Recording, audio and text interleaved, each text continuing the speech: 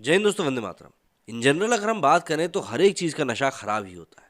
फिर चाहे वो किसी भी चीज़ का, छोटी से छोटी चीज़ का, मतलब इवन अगर आपको काम का नशा है तो वो भी खराब होता है, क्योंकि काम का नशा आपको आपके परिवार से दूर कर देता है।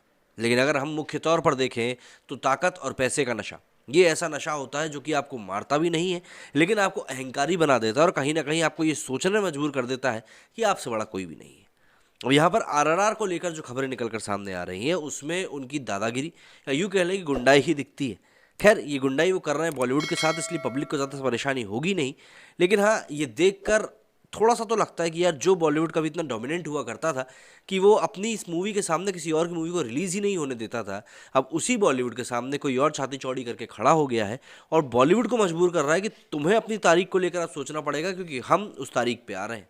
एस राजमौली की आरआरआर मूवी अंग्रेजों के खिलाफ स्वतंत्रता सेनानी पर बनी एक ऐसी भव्य कहानी है जिसका समूचे देश को इंतजार है। फिक्शनल पीरियड ड्रामा बाहुबली के दोनों हिस्सों के बाद एस राजमौली की आने वाली फिल्म आरआरआर ही है।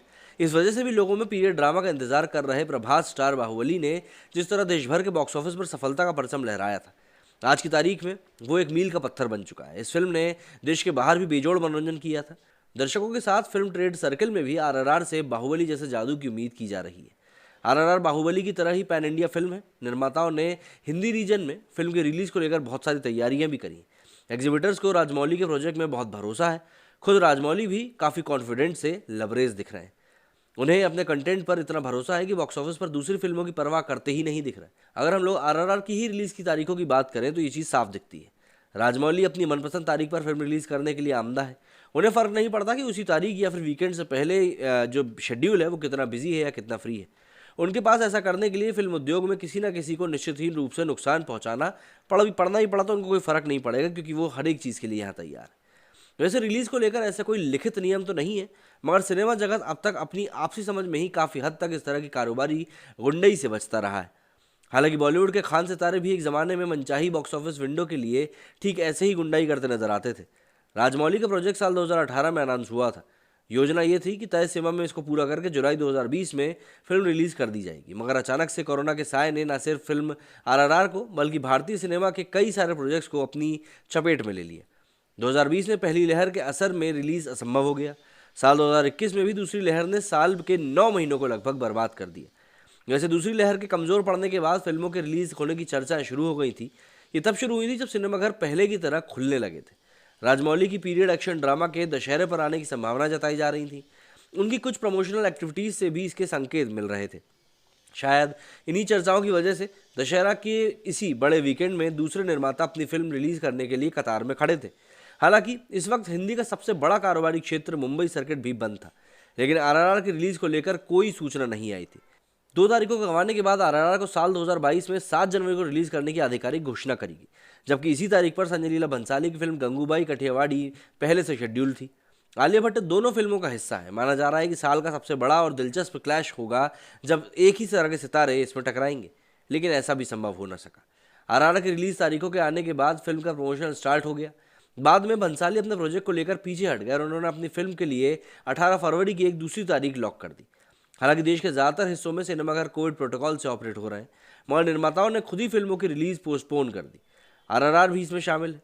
जनवरी का पूरा महीना महामारी की भेंट चढ़ चुका है। आने वाले हफ्तों में महामारी की तीसरी लहर के कमज़ोर पड़ने की संभावना ज़रूर है, लेकिन इसके बाद भी कितनी जल्दी मूवीज़ रिलीज़ हो पाएंगी ये कहना थोड़ा मुश्किल है। आरआरआर के निर्माताओं ने कंडीशन के साथ आधिकारिक रूप से 2 तारीखों की घोषणा करी। कोरोना से हालात ठीक रहे तो फिल्म की रिलीज़ होगी वीकेंड पर, मतलब कि 18 मार्च पर। लेकिन अगर ऐसा नहीं होता है तो 28 अप्रैल के दिन सिनेमाघरों में इसको दिखाया जाएगा। मज़ेदार बात यह है कि दोनों ही तारीखों पर पहले से फिल्म शेड्यूल्ड है। बॉलीवुड हंगामा के रिलीज कैलेंडर के मुताबिक 19 मार्च को अक्षय कुमार की बच्चन पांडे और रणवीर सिंह की शमशेरा पहले से ही शेड्यूल्ड है। वैसे कोई मोई की एक रिपोर्ट के अनुसार ये भी कहा जा रहा है कि आरआरआर के आने के बाद एक ओटीटी प्लेटफॉर्म की ओर से अक्षय कुमार की फिल्म को डायरेक्ट ओटीटी पर रिलीज करने के लिए बहुत बड़ी रकम ऑफर की गई है। जबकि अप्रैल में आरआरआर की प्रस्तावित तारीख से ठीक एक दिन बाद अजय देवगन की, अमिताभ बच्चन की रनवे 34 और टाइगर श्रॉफ की हीरोपंती 2 शेड्यूल है। ये सच है कि तमाम फिल्में रिलीज के लिए लटकी पड़ी हैं और हर निर्माता एक बेहतर विंडो तलाश रहा है, मगर 2 मरतबा रिलीज के लिए बेहतर तारीखें गंवा चुका कोई और निर्माता पहले से तय फिल्मों के सामने अपनी फिल्म रिलीज करने पर आमदा है तो ये कारोबारी गुंडई ही कहलाएगी।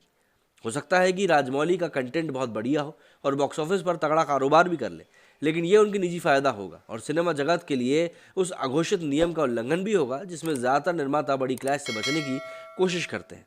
यहाँ तो 2-2 फिल्में हैं और दोनों ही बड़े स्केल की हैं। यहाँ तक कि अजय देवगन RRR में भी हैं और रनवे 34 में भी।